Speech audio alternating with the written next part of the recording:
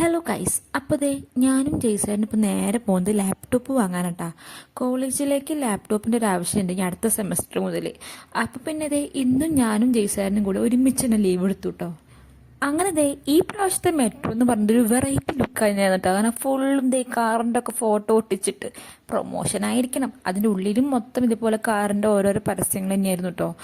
അങ്ങനെ ദേ നമ്മൾ നേരെ പോകുന്നത് മഹാലക്ഷ്മി മെട്രോ സ്റ്റേഷനിലേക്കായിരുന്നു കേട്ടോ. കാരണം ആ ഒരു ഏരിയയുടെ അടുത്ത് കുറേ ഷോപ്പുകളുണ്ട് ലാപ്ടോപ്പിൻ്റെ. അപ്പോൾ ഒന്ന് അന്വേഷിച്ചിട്ട് വേണം ഒന്ന് വാങ്ങിക്കാമെന്നുള്ളൊരു പരിപാടിയിലായിരുന്നു.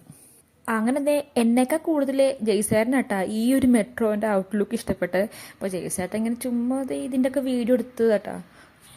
എന്തൊക്കെയായാലും ദേ ഈ മഹാലക്ഷ്മി മെട്രോ സ്റ്റേഷൻ ഇറങ്ങിയിട്ടുള്ള ഒരു ഏരിയ ഉണ്ടല്ലോ, അത് ഭയങ്കര രസമായിട്ട് കാണാൻ. ഞാൻ ആദ്യമായിട്ടാണ് ഈ ഒരു ഏരിയയിലേക്ക് വരുന്നത്. അങ്ങനെ ദേ നമ്മൾ ഫസ്റ്റ് പോയിട്ട് അസ്യൂസിലേക്കാട്ടാ. പിന്നെ HP, ലെനോവ, അങ്ങനെ അടുത്തടുത്ത് കുറേ ഷോപ്പുകളുണ്ടായിരുന്നു. അങ്ങനെ എല്ലാതും പോയിട്ട് കറക്റ്റായിട്ട് എന്താണെന്നൊക്കെ അന്വേഷിച്ച് പിന്നെ ഇത് ഒരു ചെറിയൊരു ബ്രേക്ക് വേണം, കാരണം ആലോചിച്ചിട്ട് വേണമല്ലോ തീരുമാനം എടുക്കാൻ. അങ്ങനത്തെ ആ ഒരു ചെറിയ ബ്രേക്കിന് നമ്മൾ ഫുഡ് കഴിക്കാമെന്ന് വിചാരിച്ച് അങ്ങനെ നമ്മൾ ഒരു ബിരിയാണിയായിട്ട് ഓർഡർ ചെയ്തത്. അത് നമ്മൾ രണ്ടുപേരും കൂടി ഷെയർ ചെയ്തിട്ട് കഴിച്ച്.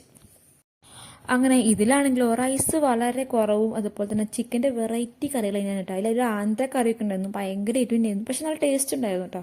അങ്ങനെ നമ്മൾ ഫൈനൽ ഉറപ്പിച്ചിട്ടാണ് നമ്മൾ ഗെയിമിങ്ങിൻ്റെ അസ്യൂസിൻ്റെ ലാപ്ടോപ്പ് ആയിട്ടാണ് എടുത്തത്. അങ്ങനത്തെ ജയ്സേട്ടൻ വളരെ വൃത്തിക്ക് തന്നെ ആ ലാപ്ടോപ്പ് ഉദ്ഘാടനം ചെയ്തു കേട്ടോ.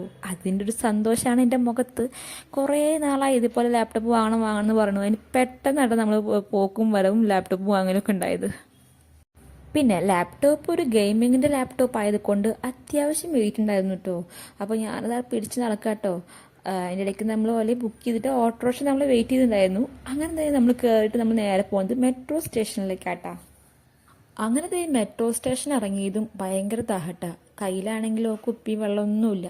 എന്നാൽ പിന്നെ ഇതേ കരിമ്പ് ജ്യൂസ് കഴിക്കാമെന്ന് വിചാരിച്ചു. അങ്ങനെ ഇതേ കരിമ്പ് ജ്യൂസ് ശരിക്കും പറഞ്ഞാൽ എനിക്ക് വലിയ ഇഷ്ടമൊന്നുമില്ല കേട്ടോ.